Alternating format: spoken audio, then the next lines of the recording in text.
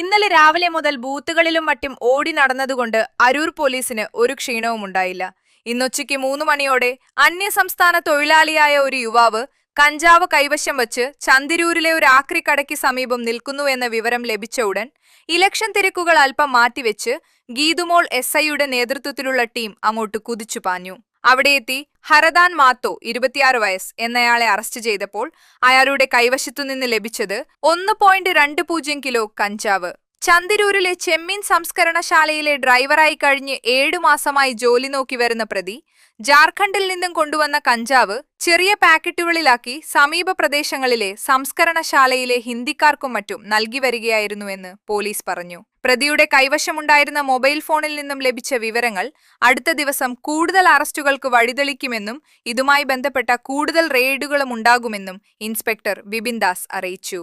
Sub inspector ദീതുമോളെ കൂടാതെ police ഉദ്യോഗസ്ഥരായ ശ്രീജിത്ത് PR, രതീഷ് M, ടെൽസൺ, അമൽ പ്രകാശ്, ശ്യാംജിത്ത്, അനൂപ്, ലിജു എന്നിവരും സംഘത്തിലുണ്ടായിരുന്നു.